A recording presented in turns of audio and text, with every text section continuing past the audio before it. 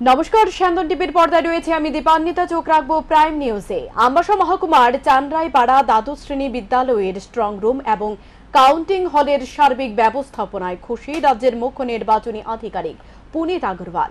বাকি কাজগুলো কতটা দ্রুত সম্পন্ন করতে হবে এ নিয়ে তিনি আলোচনা করেছেন জেলার নির্বাচনী আধিকারিকদের সঙ্গে। শুক্রবার ধলাই জেলা সফরে আসেন রাজ্যের মুখ্য নির্বাচনী আধিকারিক পুনিত আগরওয়াল। আমবাসা মহকুমা স্থিত চান্দ্রাইপাড়া দ্বাদশ শ্রেণী বিদ্যালয়ের স্ট্রং রুম পরিদর্শন করেন তিনি। পাশাপাশি তিনি পরিদর্শন করেন কাউন্টিং হলও। পূর্ব ত্রিপুরা লোকসভা আসনের মূল কাউন্টিং সেন্টার হচ্ছে চান্দ্রাইপাড়া দ্বাদশ শ্রেণী বিদ্যালয়ের এই কাউন্টিং সেন্টার। এখান থেকে চূড়ান্ত ঘোষণা দেবেন রিটার্নিং অফিসার। কাউন্টিং হলে যাবতীয় ব্যবস্থাপনা খতিয়ে দেখার পর রাজ্যের মুখ্য নির্বাচনী আধিকারিক পুনিত আগরওয়াল জানিয়েছেন সার্বিক ব্যবস্থাপনায় তিনি খুশি। যেহেতু হাতে এখনো সময় রয়েছে, এর মধ্যে আর কি কি ব্যবস্থা গ্রহণ করতে হবে এ নিয়ে তিনি আলোচনা করছেন। বিদ্যুৎ পরিষেবা, ইন্টারনেট পরিষেবা, অগ্নি নির্বাপক পরিষেবা সহ আনুষঙ্গিক পরিষেবাগুলো পুঙ্খানুপুঙ্খভাবে যাতে প্রদান করা যায় এ নিয়েও তিনি আলোচনা করেছেন।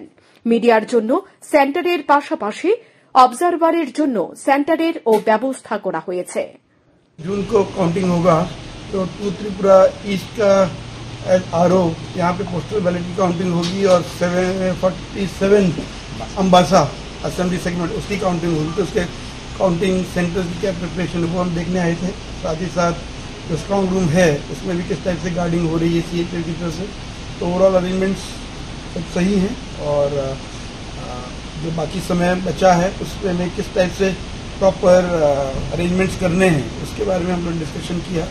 और उसमें आपका अपार्ट फ्रॉम जो वायर मेश वगैरह बनेगा वो तो है ही, इसके अलावा आपका यहाँ पे अनइंटरप्टेड पावर सप्लाई इंश्योर की जा रही है। इसके अलावा आपका फायर एक्सटिंग्विशन अरेंजमेंट्स रहेगा और इंटरनेट वगैरह की फैसिलिटी रहेगी ताकि डेटा रियल टाइम बेसिस पे आपका मीडिया तक सभी पब्लिक तक जाए।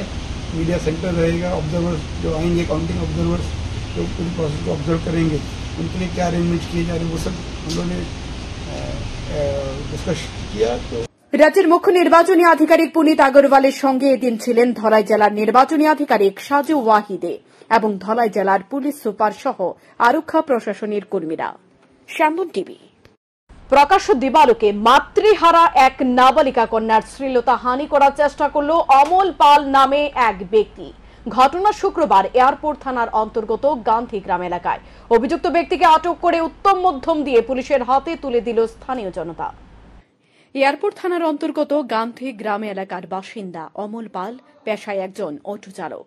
শুক্রবার দিন দুপুরে তিনি তাঁর অটো নিয়ে যান মাতৃহারা এক নাবালিকার বাড়িতে।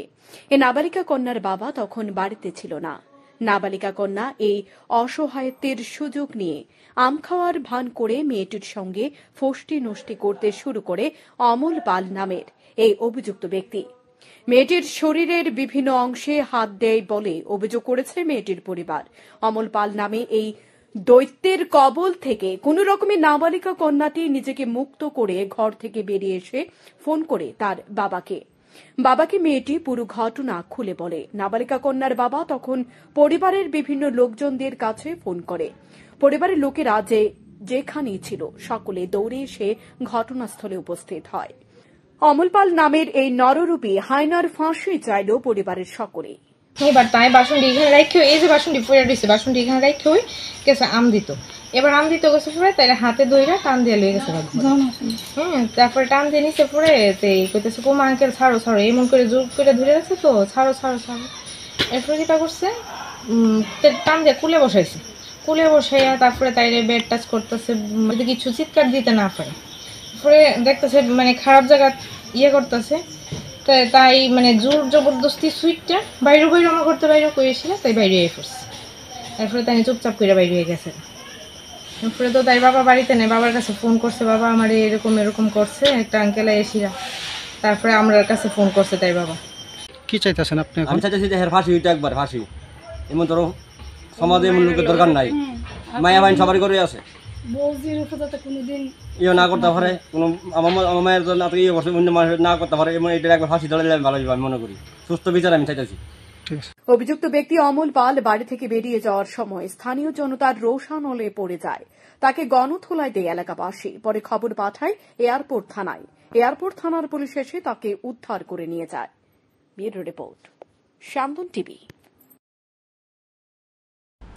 মুসলিমদের তুষ্ট করার জন্য এবং ভোট ব্যাংক বৃদ্ধি করার জন্য পশ্চিমবঙ্গের মমতা বন্দ্যোপাধ্যায়ের সরকার তাদেরকে ওবিসি শংসাপত্র দিয়েছে, এমনটাই অভিযোগ করলেন ওবিসি মোর্চার ধলাই জেলা কমিটির সভাপতি গোপাল সূত্রধর। শুক্রবার বিজেপি ধলাই জেলা কমিটির কার্যালয়ে এক সাংবাদিক সম্মেলনের আয়োজন করা হয়। উপস্থিত ছিলেন ওবিসি মোর্চার ধলাই জেলা কমিটির সভাপতি গোপাল সূত্রধর, ওবিসি মোর্চার জেলা কমিটির সাধারণ সম্পাদক অনিল দেবনাথ, ওবিসি মোর্চার আম্বাসা মণ্ডলের সভাপতি বিদ্যুৎ দেব প্রমুখ।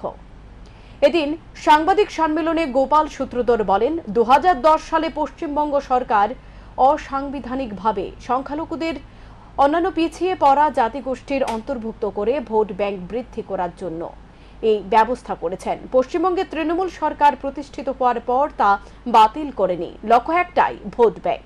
সম্প্রতি কলকাতা হাইকোর্ট অন্যান্য পিছিয়ে পড়া জাতিগোষ্ঠীদের অন্তর্ভুক্ত করাকে অসাংবিধানিক বলে বাতিলের ঘোষণা করেছেন। এর জন্য কলকাতা হাইকোর্টকে ধন্যবাদ জ্ঞাপন করে ওবিসি মোর্চা ধলাই জেলা কমিটি। এদিকে এক সাংবাদিক সম্মেলনে বিজেপির সদর গ্রামীণ জেলা ওবিসি মোর্চার অভিনন্দন জানিয়ে কলকাতা হাইকোর্টকে পাশাপাশি ধিক্কার জানিয়েছে পশ্চিমবঙ্গ মমতা ব্যানার্জির নেতৃত্বাধীন তৃণমূল সরকারকে। অর্থাৎ এখন যারা পশ্চিমবঙ্গে যারা বামফ্রন্ট সরকার এবং তৃণমূল এখন তো ইন্ডি জোটের তারা একই সঙ্গে চলছে, কারণ তাদের উদ্দেশ্য হলো দেশকে আরো বেশি নিচে নামানো, দেশের ক্ষতি করার জন্য। দেশের মানুষ কিন্তু তা বিশ্বাস করে না। মানুষের পক্ষে থেকে আমরা কথা বলতেছি। আমাদের ওবিসি শ্রেণীভুক্তির যে আমাদের রিজার্ভেশনটা পশ্চিমবঙ্গে মমতা বন্দ্যোপাধ্যায় দীর্ঘদিন ধরে 2010 থেকে 2024 পর্যন্ত এটা একটা শ্রেণীর উপশ্রেণীভুক্ত করে সেটা তাদের দিয়ে দেওয়া হয়েছে, এবং 2010 থেকে 2024 পর্যন্ত 10 লক্ষ ওবিসি সার্টিফিকেট অনুমোদন করেছিল। ক্যালকাটা হাইকোর্ট ওবিসি সার্টিফিকেটগুলিও বাতিল করেছে। অজ্ঞাত পরিচিত 60 ঊর্ধ্ব এক ব্যক্তির ঝুলন্ত দেহ উদ্ধারের ঘটনায় চাঞ্চল্য ছড়িয়ে পড়ল গোটা এলাকায়। হত্যা নাকি আত্মহত্যা তা নিয়ে ধোঁয়াশা রয়েছে পুলিশ। সন্দেহের দানা বাঁধতে শুরু করেছে স্থানীয়দের মধ্যেও। ঘটনা বিশালগড় থানার অন্তর্গত গোকুলনগর 2 নম্বর গেট সংলগ্ন হরিশনগর চা বাগান এলাকায় একটি গাছে ঝুলন্ত দেহ দেখতে পেয়ে স্থানীয়রা খবর পাঠায় বিশালগড় থানায়। খবর পেয়ে ঘটনাস্থলে ছুটে আসে বিশালগড় থানার পুলিশ। ময়না তদন্তের জন্য মৃতদেহ পাঠানো হয় বিশালগড় মহকুমা হাসপাতালের মর্গে। পুলিশ অবশ্য একটি অস্বাভাবিক মৃত্যুর মামলা হাতে নিয়ে তদন্ত শুরু করেছেন। ওই তো আমি একটা বাজারে আসলাম, শুনছি, শুনে আইসি একজন ফাঁসিতে বুঝলাম। 3টি গাড়ির মুখোমুখি সংঘর্ষে আহত 4 জন। ঘটনা বিশালগড় মহকুমার চরকবন এলাকায়। এই দুর্ঘটনার পরিপ্রেক্ষিতে আতঙ্ক ছড়িয়ে পড়ে যাত্রীদের মধ্যে। দুর্ঘটনায় ফলশ্রুতিতে রাস্তার দুদিকে ব্যাপক যানজটের সৃষ্টি হয়। দুর্ঘটনার পর ঘটনাস্থলে ছুটে আসে অগ্নি নির্বাপক দপ্তরের কর্মীরা, পাশাপাশি বিশালগড় থানার পুলিশও। আমি তো থেকে দিয়ে যাচ্ছিলাম সিরাজগঞ্জ সারেঙ্গের দিকে একটা আটকে আমার খুব সুবিধা আছে। আমি তো আমার পুরো সাইডে চাপাই লাগছি, আমরা জায়গা নেই কই নাম দেখি এটা রং করে আমার মেরে দিচ্ছে। আমার মেরে ছিল, আমার পিছনে একটা ইকো ছিল, ইকোটারও মেরে দিচ্ছে। মানে টোটাল 3টা গাড়ি এক্সিডেন্ট হয়েছে, মানে দুইটা আমারটা হচ্ছে এখন আর আরেকটা ইকো আর যেটা মারছে গাড়িতে পুলিশ আটি। তোমার নাম? আমার নাম তাপস। এখন পুলিশ আইছে এখানে? আইসি পুলিশ এখন আইসে। শনিবার কাজী নজরুল ইসলামের 125তম জন্মজয়ন্তী উপলক্ষে রাজধানীর আগরতলার যোগেন্দ্রনগর স্থিত রেন্টার্স কলোনিতে অনুষ্ঠিত হতে চলেছে নজরুল জন্মজয়ন্তী উদযাপন। এই অনুষ্ঠানের আনুষ্ঠানিক সূচনা করবেন রাজ্যের মুখ্যমন্ত্রী অধ্যাপক ডক্টর মানিক সাহা। তিনি কাজী নজরুল ইসলামের মূর্তির আবরণ উন্মোচন করবেন। গোটা অনুষ্ঠানটিকে স্মরণীয় করে রাখতে আলপনা সাজিয়ে তোলা হচ্ছে গোটা এলাকাকে। আমাদের যোগেন্দ্রনগরস্থিত রেন্টার্স কলোনিতে একটা নজরুল স্মৃতি মঞ্চ তৈরি হচ্ছে। এখানে মূর্তি স্থাপন করা হয়েছে। আগামীকাল 125তম নজরুল জয়ন্তী উপলক্ষে এটা উদ্বোধন হবে। এখানে রেন্টার্স কলোনির যে স্থাপিত জায়গাটাতে আমরা আলপনা করছি। এখন ওই আলপনাগুলো রাস্তা জুড়ে পুরোটাই আলপনা শুরু, 3 দিন ধরে চলছে আলপনা। তো কালকে ওপেনিং হবে। আমাদের মাননীয় মুখ্যমন্ত্রী শ্রী মানিক সাহা ওপেনিং করবেন। আপনারা সকলে সবাই আসবেন, দেখে যাবেন। খুব সুন্দর এক মূর্তি বসানো হয়েছে, কালই ওপেনিং হবে। আপনারা আসুন আর এখানে অনুষ্ঠানকে উপভোগ করুন। এখনকার মতো সংবাদ এ পর্যন্তই। চোখ রাখুন স্যান্দন টিভির পর্দায়। শুভরাত্রি।